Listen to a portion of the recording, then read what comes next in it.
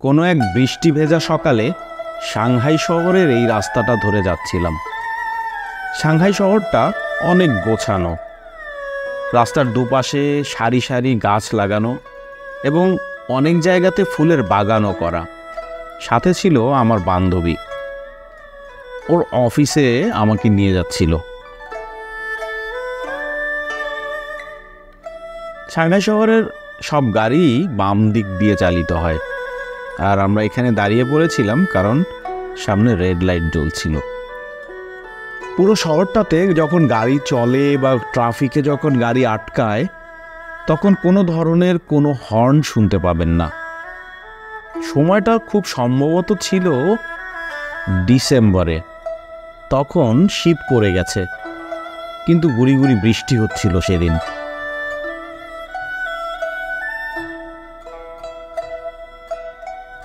রাস্তায় চলতে চলতে আর একটা জিনিস চোখে পড়বে, সেটা এরকম রাস্তার পাশে অনেকগুলো বাইসাইকেল দাঁড় করানো থাকে।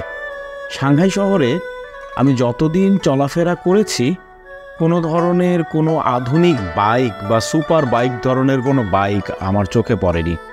ম্যাক্সিমাম আমি দেখেছি সব হচ্ছে স্কুটি টাইপের বাইক, যেগুলো নর্মালি হচ্ছে যে চার্জে চলে, অথবা বাইসাইকেল। আর যেমনটা দেখতে পাচ্ছেন, রাস্তার পাশে অনেকগুলো গাছ লাগানো থাকে।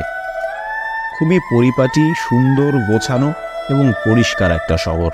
আমার হোটেল থেকে আমার ফ্রেন্ডের অফিসে যেতে আনুমানিক 20 থেকে 25 মিনিট লেগেছিল। যাই হোক, ওই সময় জানতাম না কখনো ভ্লগ করা বা ভিডিও বানানো বিষয়টা এত জনপ্রিয় হবে। চাকুরির খাতিরে অনেকবারই আমার যাওয়া পড়েছে সাংহাই শহরে, সম্ভবত 7 থেকে 8 বার হবে। সেই সুবাদে সাংহাই শহরের বিভিন্ন জায়গায় ঘোরার অভিজ্ঞতা আমার রয়েছে, এবং সাংহাই শহরের বাইরে কাছাকাছি দূরত্বেও অনেকগুলো জায়গার অভিজ্ঞতা রয়েছে। ব্লগ বা ভিডিও বানানো বিষয়টা আজকের সময়ে এমন হবে, জানলে হয়তো ওই সময় অনেক সুন্দর সুন্দর ব্লগ বা ভিডিও বানাতে পারতাম। সময় তো থেমে থাকে না, তাই এখন চিন্তা করছি আগের স্মৃতিগুলোকে একটু ধরে রাখতে, আর সেই সাথে নতুন নতুন জায়গায় ঘোরার অভিজ্ঞতাগুলোকে ক্যামেরাবন্দি করে রাখতে।